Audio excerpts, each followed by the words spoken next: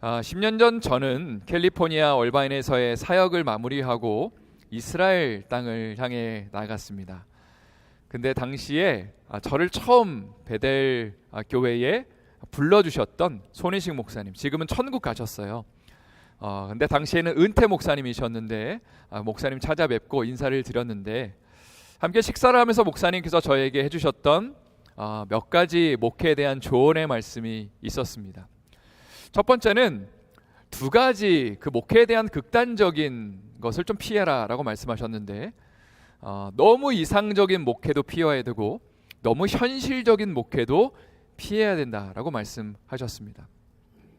너무 이상적인 목회라는 것은 목사님들이 막 정말 전 세계를 저에게 주십시오 하면서 정말 세상을 변화시킬 것처럼 그렇게 하나님 앞에 구하지만 전혀 현실을 고려하지 않은, 또 그 비전을 감당할 만한 그런 준비를 전혀 갖추지 않은 그런 모습을 보일 때가 있거든요. 이런 것을 피해야 된다.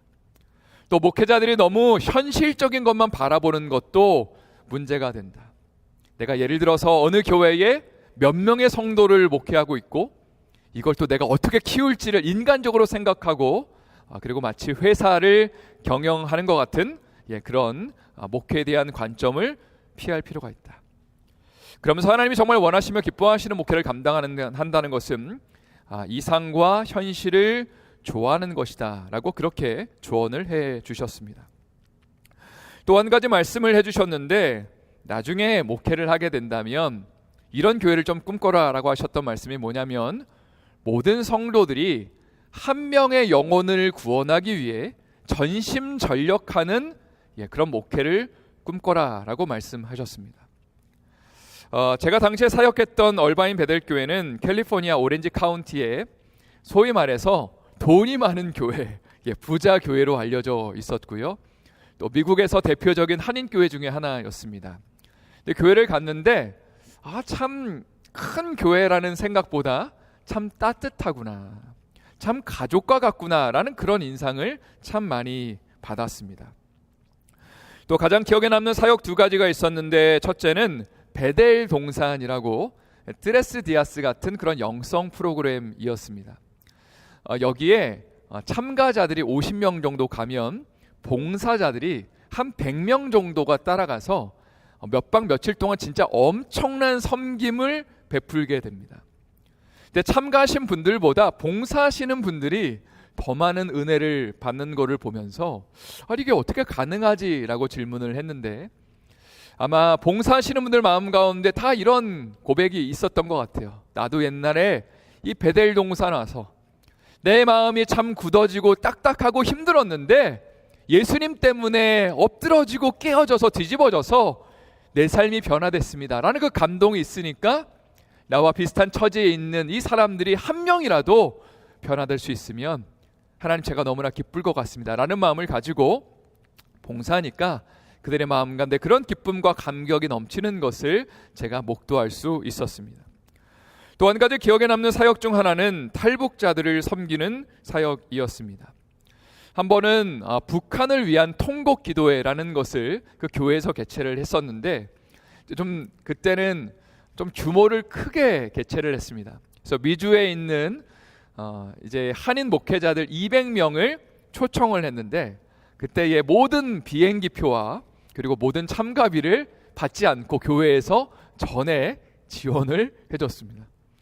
그러니까 딱 제가 보기에도 이거 진짜 돈 되게 많이 들겠다라는 생각이 들었고, 그리고 이 사역이 과연 제가 당시에 섬기고 있는 교회의 부흥에 도움이 되나 질문했을 때에 전혀 도움이 안 되는, 그냥 여태까지 그 교회 가운데 하나님이 부어주셨던 재정이나 에너지를 정말 전혀 다른 곳에 쏟아붓는 사역이었다는 거죠. 근데 목사님께 왜 이런 사역들을 감당하시냐라고 질문한다면 아마 이렇게 대답하실 것 같습니다.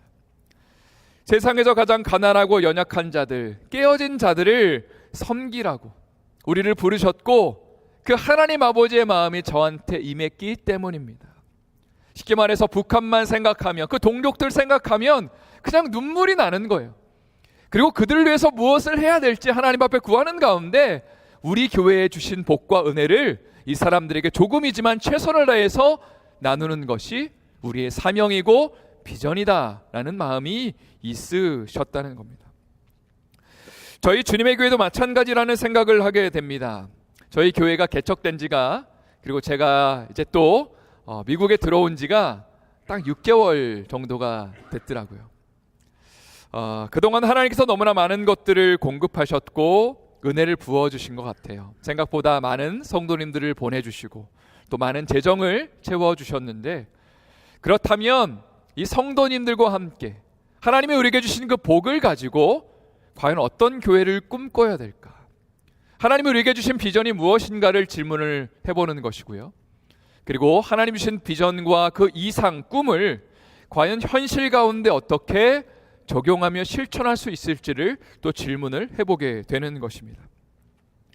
이에 대한 답으로 하나님은 올해 고린도후서 5장 14절과 15절의 말씀을 우리 가운데 주셨는데요. 14절 말씀이 이렇게 시작되는 것을 보게 됩니다. 그리스도의 사랑이 우리를 강권하시는도다. 그러니까 어떤 의무적인 조항이나 율법이나 어떤 부담감들이 우리를 푸시하는 것이다 라고 선언하는 것이 아니라, 하나님이 우리를 향한 그 놀라운 사랑과 긍휼과 그 자비와 풍성하심이 먼저 우리의 마음 가운데 가득 넘치기를 사도 바울은 기도하고 있는 거죠. 그리고 그 은혜가 우리의 딱딱한 마음, 굳어진 마음을 녹아내리게 했을 때에 비로소 그 결과, 열매가 뭐냐면 15절의 말씀입니다. 15절 말씀 한번 다 같이 또 읽어보도록 하겠습니다. 시작. 그가 모든 사람을 대신하여 죽으심은 살아있는 자들로 하여금 다시는 그들 자신을 위하여 살지 않고 오직 그들을 대신하여 죽었다가 다시 살아나신 이를 위하여 살게 하려 함이라. 주님의 사랑이 우리의 마음 가운데 넘쳐 흐를 때에 그것의 결과, 열매가 무엇이냐면, 우리 자신을 위하여 사는 것이 아니라, 또 우리 교회를 위해서 우리가 존재하는 것이 아니라, 우리를 대신해서 죽었다가 살아나신 분, 예수님을 위해 사는 삶, 그분을 위해 이 교회를 우리가 섬기는 것이 하나님 우리의 삶을 향한 축복이고 열매라는 것입니다. 오늘 말씀의 제목은 은혜를 비전의 그릇에 담다인데요. 하나님이 우리의 삶 가운데 어떤 은혜를 부어주셔야 하는지, 이 은혜를 어떻게 받을 수 있는지, 그리고 이것을 우리의 삶 가운데 주신 그 비전과 은혜를 어떻게 실천할 수 있을지를 여러분과 함께 나누기를 원합니다. 첫 번째 나누고 싶은 것은, 예수님은 우리에게 이렇게 질문하신다는 거예요.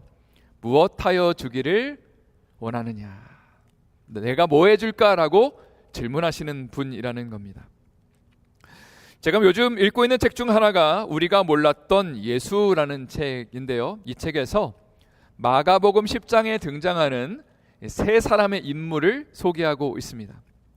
야고보와 요한과 그리고 눈을 뜰 수 없었던, 보지 못했던 바디메오라는 사람입니다. 먼저 야고보와 요한은 예수님의 십자가에 못 박히시기 위해 예루살렘으로 가시는 길에 이런 특별한 요청을 하게 됩니다. 예수님, 우리가 좀 부탁드리고 싶은 거 있는데 그거 꼭 들어주세요. 그때에 예수님이 이렇게 말씀을 하세요. 36절에 이렇게 되어 있는데, 이르시되 너희에게 무엇을 하여 주기를 원하느냐? 그때 요한과 야고보가 이렇게 대답합니다. 37절 말씀을 한번 다 같이 읽어보도록 하겠습니다. 37절 시작.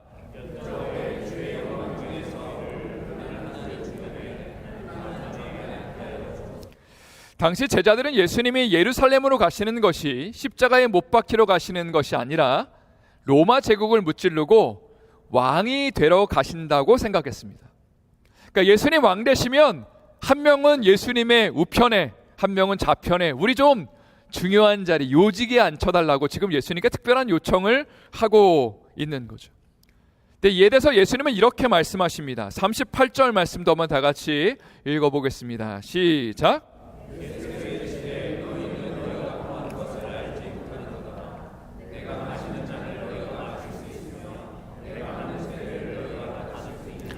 예수님 이렇게 말씀하시죠. 너희는 지금 너희가 구하는 것을 알지 못한다. 쉽게 말해서 나는 지금 십자가 지러 죽으러 가는데 너희도 같이 십자가에 못 박히겠다는 거냐라고 지금 반문하고 계시는 겁니다. 성도 여러분, 혹시 신앙생활 하면서 이런 기도를 들으신 적이 있으십니까? 저는 주님의 기쁨 되기를 원합니다. 주님 저를 써주세요. 이런 기도는 참 귀하고 아름다운 기도이지만 상당히 위험한 기도일 수 있습니다. 갑작스럽게 정확히 1년 전에 교회에서 어렵고 힘든 일을 당했을 때, 더 이상 사역을 감당할 수 없었을 때에 주님께 제가 이렇게 질문했습니다. 하나님 저한테 왜 그러세요? 라고 그렇게 계속해서 질문했습니다. 당시 사실 제가 마음 가운데 정말 하나님 사랑하길 원하는 마음이 있었고, 그리고 성도님들을 어떻게 더 많이 사랑하고 섬겨야 드릴지 그 고민밖에는 없었거든요. 정말 순전하고 순결한 마음을 가지고 정말 이제 제가 하나님 기뻐하시는 사역들을 감당해야겠다라는 그런 마음으로 이 모든 것들을 감당하고 있었는데, 주님이 갑작스럽게 이 모든 상황들을 허락하시면서 사역을 못하게 하셨을 때 사실 그것이 해석이 되지 않았습니다. 근데 기도하는 가운데 하나님이 이런 마음 주시더라고요. 재영아, 너가 지금까지 구해온 게 뭔지를 한번 돌아봐라. 너 나한테 뭐 기도했어? 나의 기쁨 되기를 원하지 않았니? 나를 좀 써달라고, 주님 내가 주님의 도구 되길 원한다고 그렇게 주님 앞에 기도하지 않았니? 라고 하시면서 내가 지금 너의 기도에 응답하고 있는 거야. 그러니까 다른 거 바라보지 말고 그냥 나만 바라보고 나만 따라와. 내가 인도해 줄게 라고 말씀하시면서 믿음의 발걸음을 내디디며 아마 여기까지 온 것이 아닌가라는 생각을 하게 됩니다. 또 마가복음 10장에서 다음에 이어지는 본문은 소경 바디메오의 이야기입니다. 예수님께서 예루살렘에 십자가를 지러 가시는 길에 마지막으로 들렸던 도시가 바로 여리고라는 도시고요. 그 여리고에서 바디메오가 예수님께 나를 좀 불쌍히 여겨달라고 그렇게 길거리에서 외치는 장면을 한번 상상해 보십시오. 그때 예수님은 다음과 같이 질문하십니다. 야고보와 요한에게 질문하셨던 것을 똑같이 물어보시죠. 마가복음 10장 51절 말씀 제가 읽어드릴게요. 예수께서 말씀하여 이르시되 내게 무엇을 하여 주기를 원하느냐? 맹인이 이르되 선생님이여 보기를 원합니다. 사실 이 말씀은요, 저에게 좀 특별한 의미를 담고 있는 것 같습니다. 아주 오래전에 초등학교를 한국에서 졸업하고 이제 중학교를 3월 달에 입학하잖아요, 한국에서는. 근데 1월 달, 2월 달에 중고등부 수련회가 있었습니다. 근데 당시에 제가 어떤 상황이었냐면 약 6개월 전에 제가 복숭아뼈를 크게 다치고 수술하고 이제 회복을 하는 상황이었기 때문에 그래서 수련회를 좀 같이 가자는 얘기가 있었지만 난 못 간다라는 생각이 더 강했습니다. 자, 그런데 전사님이 저희 부모님께 가시더니 재영이 수련회 보내라고 그렇게 하셨는데, 어머니께서 역시나 다쳐서 지금 회복 중이어서 못 갑니다 하니까 전사님 뭐라고 그러셨을까요? 걱정하지 말라고, 제가 잘 돌보겠다고. 그래서 그 말만 정말 철석같이 믿고 수련회에 따라가게 되었습니다. 자, 그런데 수련회 가운데 철로 역정 이런 프로그램 항상 했거든요. 극기훈련 같은 겁니다. 근데 저는 진짜 처음에 이렇게 살살 이렇게 다뤄주셨는데 한 선생님이 어떤 스테이션에 딱 갔는데 저보고 너 다리 다쳤지 그러는 거예요. 그래서 예. 그러니까 이분이 하시는 말씀이 그러면 너가 팔로 할 수 있는 것을 내가 하겠다라고 하시면서, 당시에 제가 또 많이 다쳤고 많이 먹었기 때문에 좀 뚱뚱했거든요. 그러면서 팔굽혀 펴기를 사정없이 시키시는데, 와, 진짜 이거를 그 어린 나이에 하는데 막 너무 서러운 거예요. 그러면서 눈물을 펑펑 흘렸던 그런 기억이 있습니다. 그리고 마음 가운데 정말 세상이 믿을 놈 하나도 없구나라는 그런 마음이 정말 강하게 들었습니다. 그런데 저녁에 집회를 하는데 전도사님이 전해주셨던 말씀이 바로 이 소경 바디메오의 이야기였습니다. 바디메오는 예수님이 지나가신다라는 얘기를 듣고, 그리고 그곳에서 다윗의 자손이여 나를 좀 불쌍히 여겨 주십시오라고 외치게 됩니다. 자, 그런데 주변에 있는 사람들이 조용해, 예수님 말씀하시잖아, 예수님 지나가신다 하면서 그를 만류하지만, 그러나 아랑곳하지 않고 더 크게 막 외치는 거죠. 막 소리치는 거죠. 나를 좀 불쌍히 여겨달라고. 그러면서 전도사님이 하셨던 말씀이 뭐냐면 바디메오처럼 우리도 좀 그렇게 나가보자고. 사람들이 어떻게 생각하든지 상관없이 예수님께 나를 좀 불쌍히 여겨달라고 그렇게 우리 한번 기도해 보자고 그렇게 도전하셨고요. 정말 그때 제가 수련회 가서 처음으로 그렇게 크게 기도를 했던 것 같습니다. 근데 난생 처음 하나님의 정말 은혜가 임하니까 정말 저도 모르게 눈물이 나고 회개의 기도가 나오고, 그리고 참 그동안 서럽고 힘들었던 것들이 마음이 풀어지면서 자연스럽게 주님, 제가 제 삶을 주님 앞에 드리고 싶습니다. 주님, 저를 좀 받아주십시오 라는 그런 요청을 드렸던 것 같고요. 그것이 계기가 돼서 아마도 목회의 길을 들어서게 된 것이 아닌가라는 생각을 하게 됩니다. 그런데 성도 여러분, 오늘 말씀을 묵상하면서 한번 여러분들에게 이런 질문을 던지고 싶습니다.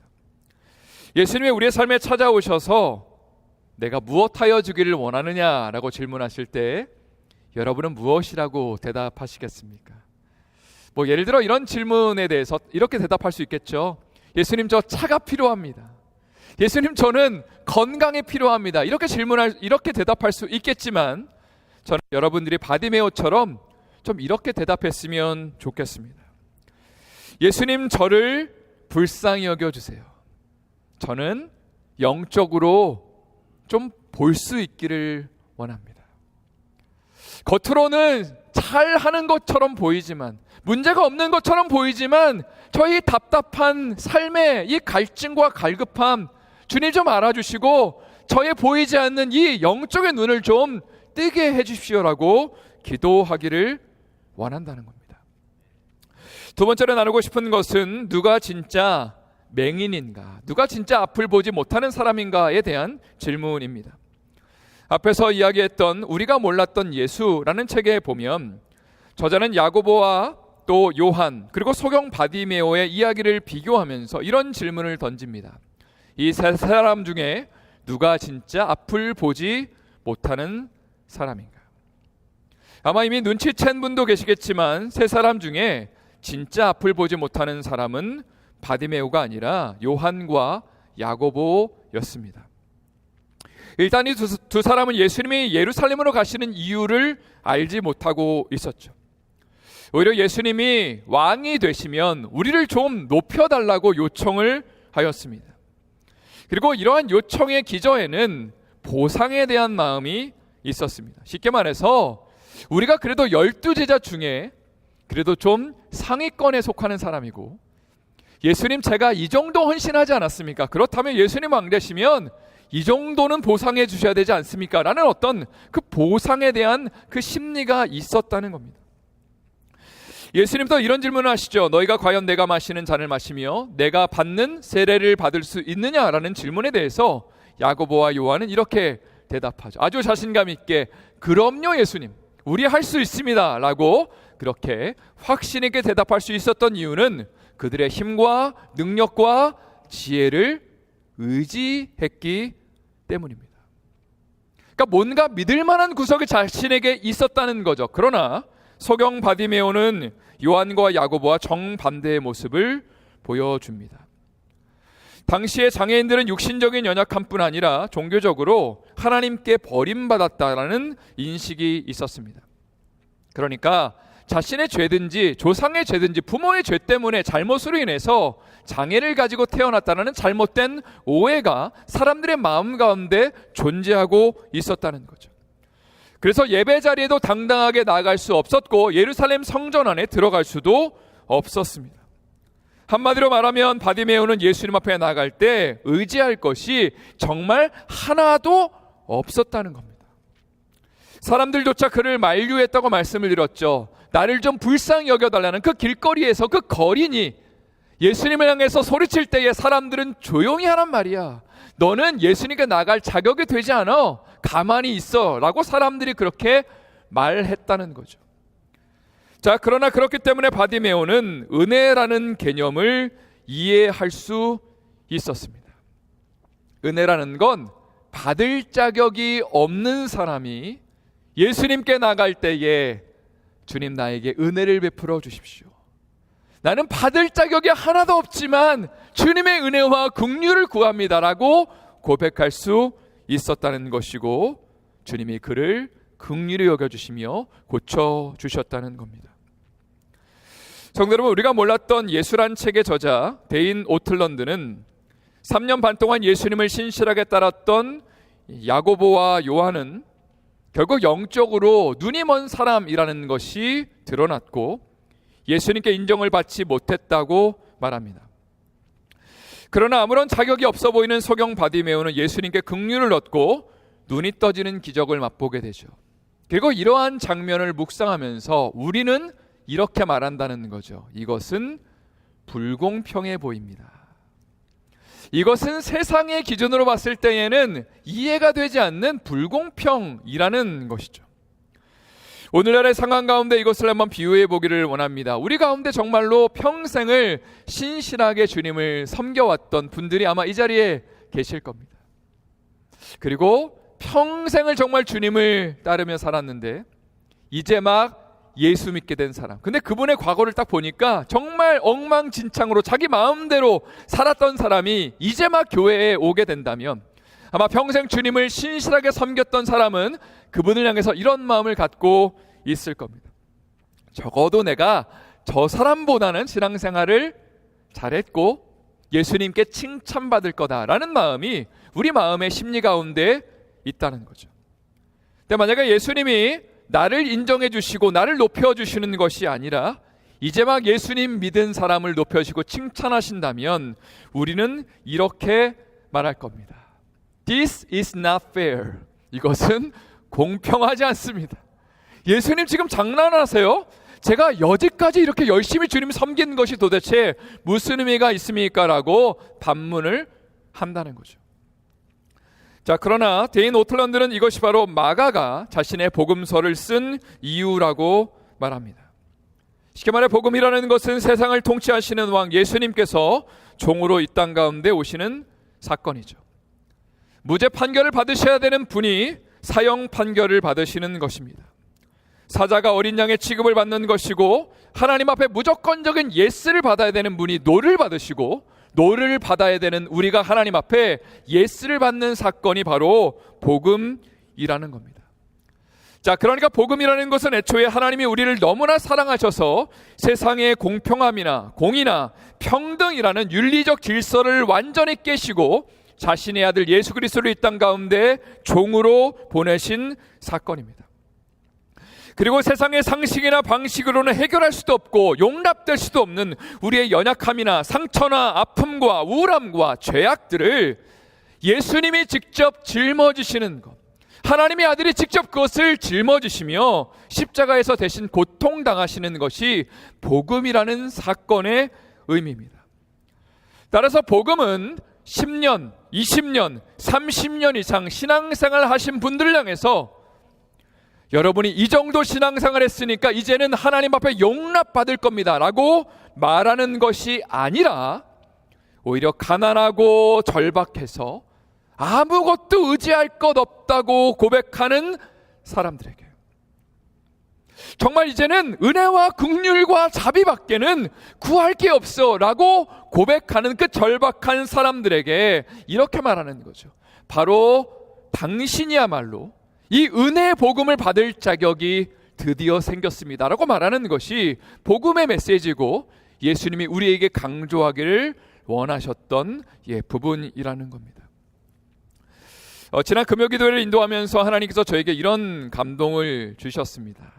기도에 오시면 보통 기도 제목들이 있잖아요. 하나님 이것 좀 응답해 주세요.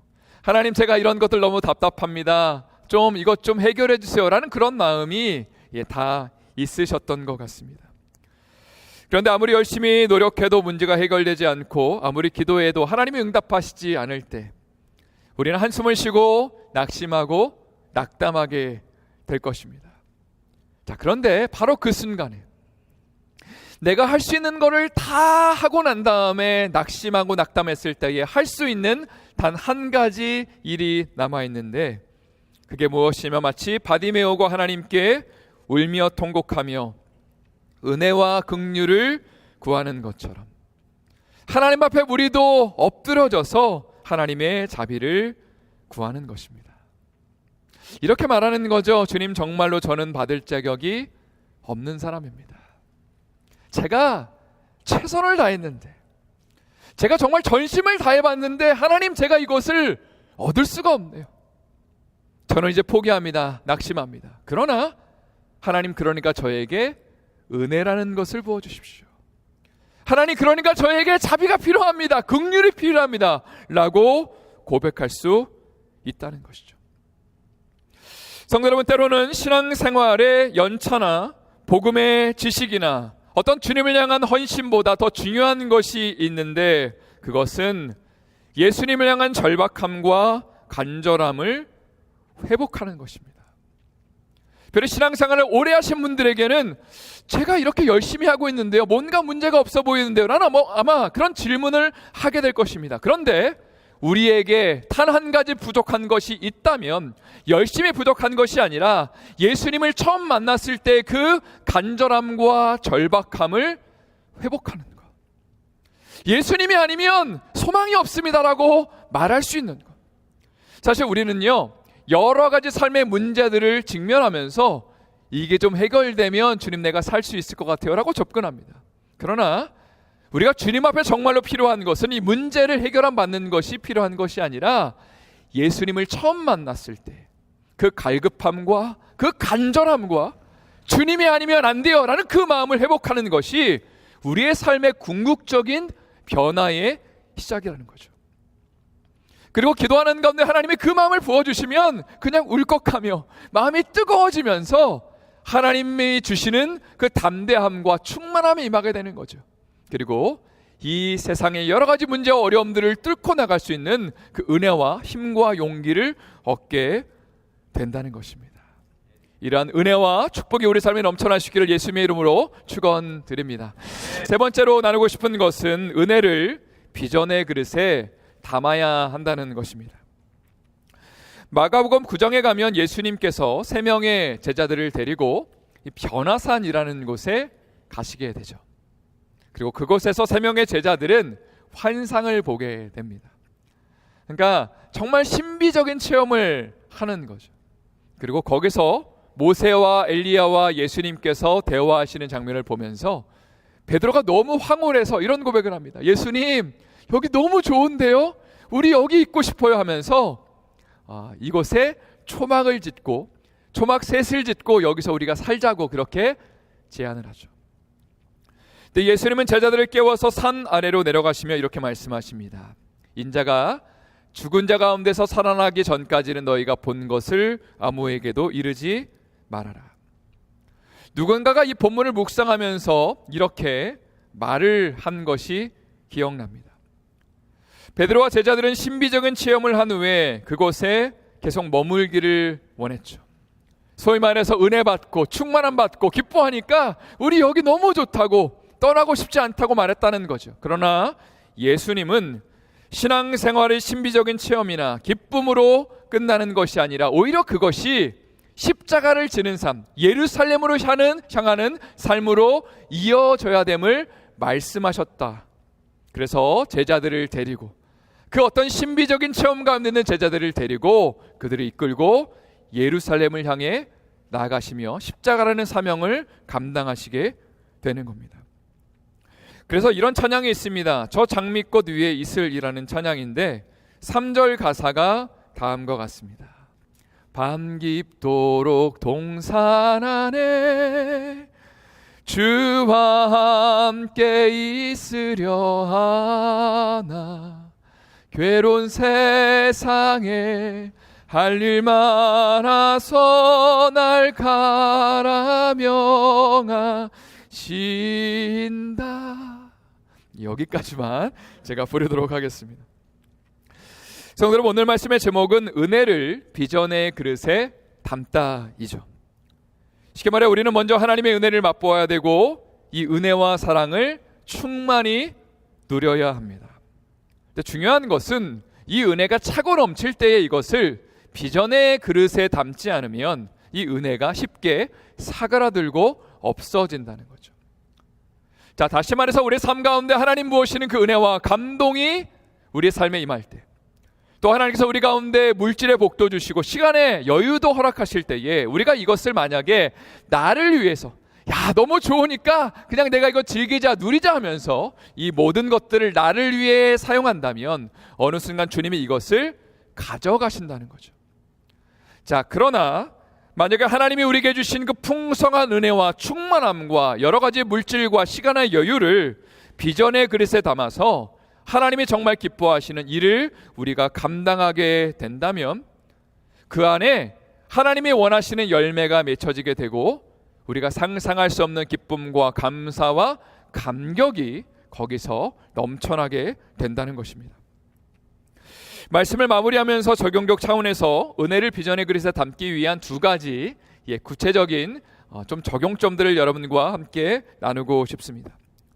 첫째, 우리는 하나님께 받은 사랑을 다른 사람과 나누는 삶을 실천해야 합니다. 요한복음 13장에서 예수님은 제자들의 발을 닦아주신 후에 제자들에게 이렇게 말씀하시죠. 얘들아, 내가 너희 발 닦아준 것의 의미를 알고 있니? 세상에서는 낮은 사람이 높은 사람의 발을 닦아주지. 그러나 나는 주와 선생이 되어서 너희 발을 닦아줬으니까 그러므로 너희도 다른 사람의 발을 닦아줘라 라고 말씀하십니다. 제가 이 말씀을 지난 화요일 날 둘로스 운영위원회 분도 훈련을 하면서 이렇게 제가 도전을 드렸습니다. 신앙생활 잘하는 게 무엇인가? 아주 명확한 두 가지 분명한 가이드라인을 드렸습니다. 첫 번째는 하나님을 정말로 사랑하는 것이죠. 그분을 닮아나가고 그분과 교제하는 것, 하나님과 가까이 보내는 것, 지내는 것이 우리의 삶을 향한 주님의 뜻이고요. 두 번째는 주님께 받은 사랑을 다른 사람들에게 나눠주는 것입니다. 우리 주변에 있는 사람들, 우리의 자녀들, 배우자, 또 주변에 있는 사람들을 품고 기도하는 것, 또 믿지 않는 사람들을 주님께 인도하기 위해서 눈물 뿌리며 기도하며 그들을 섬겨주는 것이 신앙생활 잘하는 방법이라는 거죠. 참으로 감동적인 게 무엇이냐면 우리가 주님께 받은 은혜와 사랑을 다른 사람들에게 나누기 시작하면 그럼 이거 은혜와 사랑이 줄어드는 거 아닌가요? 질문할 수 있겠지만 오히려 나누면 나눌수록 그 은혜와 충만함이 배가 되고 더 풍성해진다는 거죠. 저는 여러분들이 이런 기쁨을 누렸으면 좋겠습니다. 나 때문에 믿지 않는 한 사람이 주님 앞에 돌아오게 됐을 때, 그리고 그 사람이 정말 예수님을 왕으로 고백하고 주님 앞에 헌신하는 걸 고백했을 때에 정말 영적인 부모가 돼서 자녀를 낳는 것을 경험하는 거죠. 그리고 바로 그 순간에 우리의 삶 가운데 세상에 줄 수 없는 어떤 정말 그 감동과 은혜와 충만함이 임하는 것을 우리가 좀 경험하는 그런 교회가 되었으면 좋겠습니다. 두 번째로 은혜를 비전의 그릇에 담기 위해서 우리는 함께 기도하는 일에 동참해야 합니다. 쉽게 말해 하나님이 주시는 그 은혜와 충만함에 차고 넘쳐서 그것이 비전으로 이어지기 위해서는 성도들이 기도하는 일에 동참해야 한다는 것이죠. 사도행전 13장에 보면 2000년 전 안디옥 교회 리더 5명이 금식하며 기도를 하는 가운데 하나님이 이런 비전과 감동을 5사람에게 동시에 부어주십니다. 바나바와 바울이라는 두 사람을 선교사로 파송하라 라는 마음을 5사람의 리더들에게 부어주시죠. 근데 사실 이것은 상식적으로 좀 받아들이기가 어려운 요청이었습니다. 왜냐하면 교회가 막 부흥하고 이제 막 시작되었는데 담임 목사님과 부목사님을 목회를 내려놓고 선교사로 장기적으로 파송한다는 것은 누가 보기에도 좀 말이 안 되는 주님의 요청이었다는 거죠. 근데 교회는 결국 이 두 사람을 선교사로 파송하게 됩니다. 그 이유가 무엇인가? 이것이 가능했던 이유가 무엇인가? 질문한다면 답은 너무나 간단합니다. 하나님의 마음이 성도들의 마음 가운데 임했기 때문입니다. 다시 한번요. 성도들은 인간적으로는 불가능하다고 생각했던 일이지만 하나님의 마음이 성도들의 마음 가운데 임할 때에 자연스럽게 주님의 뜻에 그 비전에 순종하게 되었다는 것입니다. 지난 수요일날 제가 중보기도에 참석을 하면서 하나님께서 좀 감동을 많이 부어주셨습니다. 저는 이제 참석해서 열심히 기타 치면서 찬양하면서 기도 열심히 했거든요. 근데 하나님이 저의 마음 가운데 주셨던 감동이 무엇이냐면 하나님의 마음이 이 기도 가운데, 이 기도의 자리 가운데 임하고 있다라는 생각입니다. 이거를 뭐라고 설명할지는 모르겠어요. 근데 그냥 기도하는 가운데 저의 마음 가운데도 하나님의 마음이 나한테 지금 부어지고 있구나, 그리고 함께 기도하는 사람들 그 심령 가운데 하나님의 마음이 부어지고 있다고 생각하니까 그것만으로 너무 기쁜 거예요. 그리고 이런 고백을 드렸습니다. 하나님, 우리 교회가 주님의 마음을 많이 받는 교회 되기를 소망합니다. 우리 기쁨을 위해서 우리가 존재하는 교회가 아니라 하나님이 부어주시는 그 마음 가운데 감동받고 은혜 받아서 주님이 원하시는 것에 우리가 순종하며 하나님 기뻐하시는 일을 감당하길 원합니다라고 고백하니까 그 순간이 너무나 감사하고 감동해서 참 눈물을 흘리면서 하나님 앞에 기도할 수 있는 시간이 되었던 것 같습니다. 성도 여러분, 오늘 말씀의 제목처럼 하나님의 은혜와 충만함과 사랑이 먼저 우리의 삶 가운데 가득 넘치기를 소망하고요, 그 은혜가 차고 넘쳐서 그것이 비전이라는 그릇에 담겨져서 하나님 정말 원하시는, 하나님 기뻐하시는 사명을 감당하는 우리 교회가 되기를 원하고요, 그것이 단순히 우리 교회만 좋아하는 즐거운 일이 아니라 이것이 필라델피아와 그리고 미국 땅과 전 세계를 변화시키는 축복의 통로로 쓰임받기를 예수님의 이름으로 축원드립니다. 다시 한번 예수님의 이름으로 축원드립니다. 이 시간 한번 기도하실 때에 먼저 소경 바디메오의 마음을 부어달라고 기도하기를 원합니다. 바디메오는 내놓을 것, 의지할 것, 바라볼 것이 하나도 없었다고 말씀을 드렸어요. 오직 한 가지 마음이 있었습니다. 예수님이 나를 구원하실 수 있는 유일한 분이라는 믿음이 있었죠. 그래서 그냥 절박함 속에 기도했습니다. 다윗의 자손이여, 나를 불쌍히 여겨주십시오. 그리고 주님의 만지심을 경험하였습니다. 성도 여러분, 우리의 삶에 이러한 절박함이 회복되기를 기도하기를 원합니다. 사실 우리의 삶에 돈이 없어서, 건강이 없어서, 관계의 문제가 생겨서 힘든 것이 아니라 주님을 향한 절박함이 떨어졌기 때문에 힘든 것 같습니다. 이 시간 기도하실 때에 예수님 바라보는 마음, 예수님 의지하는 마음, 예수님 때문에 힘을 얻고 예수님 때문에 사명을 감당하고 비전을 성취하는 삶에 동참케 하여 주시옵소서. 그 간절함과 그 주님을 향한 그 첫 마음, 첫사랑을 회복시켜 주시옵소서라고 이 시간 한번 기도하도록 하겠습니다.